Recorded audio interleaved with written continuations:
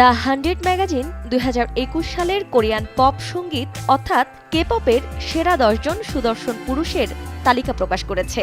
তবে চূড়ান্ত হওয়া শীর্ষ 10 থেকে বিটিএস ব্যান্ডের জিন এবং এনসিটির জাহেউনের অনুপস্থিতি অনেক কোরিয়ান নেটিজেনদেরই অবাক করেছে। টিসি ক্যান্ডলারের করা ভিজুয়াল র্যাঙ্কিং নিয়ে অনেক বিতর্ক রয়েছে, তবুও এটি সর্বদা নেটিজেনদের দৃষ্টি আকর্ষণ করে।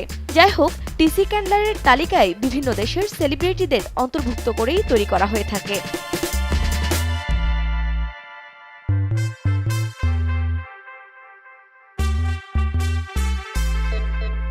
যেখানে দ্য 100 ম্যাগাজিন শুধু কে-পপের আইডলদের তালিকায় করে। সম্প্রতি দ্য 100 প্রকাশিত সেরা 10 জন সুদর্শন পুরুষ কে-পপ আইডল কোরিয়ান অনলাইন প্ল্যাটফর্মে আলোচনার কেন্দ্রে রয়েছে।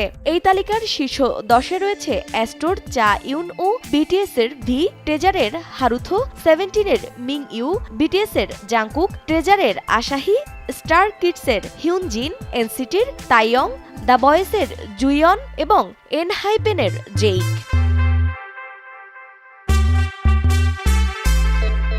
টিসি ক্যান্ডলারের তুলনায় দ্য 100 প্রকাশিত র্যাঙ্কিং কম বিতর্কিত। অনেক কোরিয়ান নেটিজেন চা ইউন উ এর প্রথম স্থান পাওয়ার সাথে একমত। তিনি কোরিয়ার বাইরে ভক্তদের কাছেও তুমুল জনপ্রিয়। বিটিএস ব্যান্ডের ভিকেও দ্বিতীয় স্থানের যোগ্য বলে মনে করা হচ্ছে। অনেক নেটিজেনরা হারুথো, আসাহি, সে সাথে জেইককে তালিকার এত উপরে দেখে অবাক হয়েছিলেন। এই দুটি দল শুধু কোরিয়ার চেয়ে আন্তর্জাতিকভাবে বেশি বিখ্যাত, তাই তাদের ভিজুয়ালিগুলো দ্য 100-এর দৃষ্টি আকর্ষণ করেছে। উপরন্তু কিছু নেটিজেনরা হিউনজিনের তালিকায় থাকা নিয়ে বিরূপ মন্তব্য করেছিল, কারণ তার ব্যক্তিগত জীবন কেলেঙ্কারি দ্বারা প্রভাবিত। দ্য 100-এর তালিকা শুধুমাত্র কর্তৃপক্ষের দৃষ্টিভঙ্গির প্রতিফলনই করে, এজন্য কিছু অনুপস্থিত নাম দিয়ে বিতর্ক রয়েছে। নেটিজেনরা অত্যন্ত অবাক হয়েছিল যখন সেরা 10-এ বিটিএস-এর জিন এবং এনসিটির জাহেউন অন্তর্ভুক্ত ছিলেন না। সুন্দর চেহারার কারণে এরা দুজনেই খুব জনপ্রিয়। তবে এই দুজন এখনও শীর্ষ 100-এ রয়েছেন। জেহিউন আছেন 27তম স্থানে এবং 29তম স্থানে রয়েছেন বিটিএস-এর জিন।